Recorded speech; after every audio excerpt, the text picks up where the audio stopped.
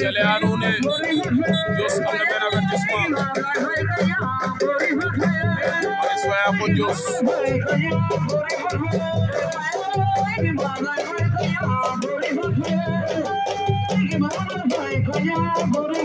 Jos ak Maris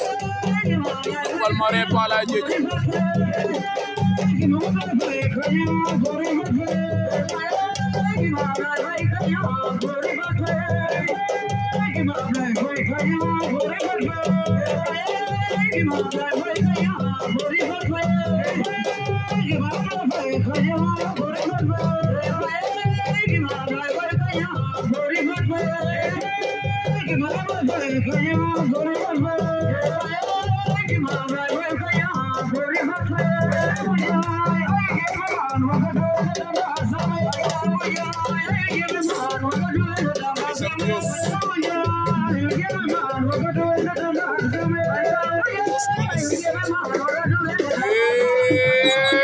Manis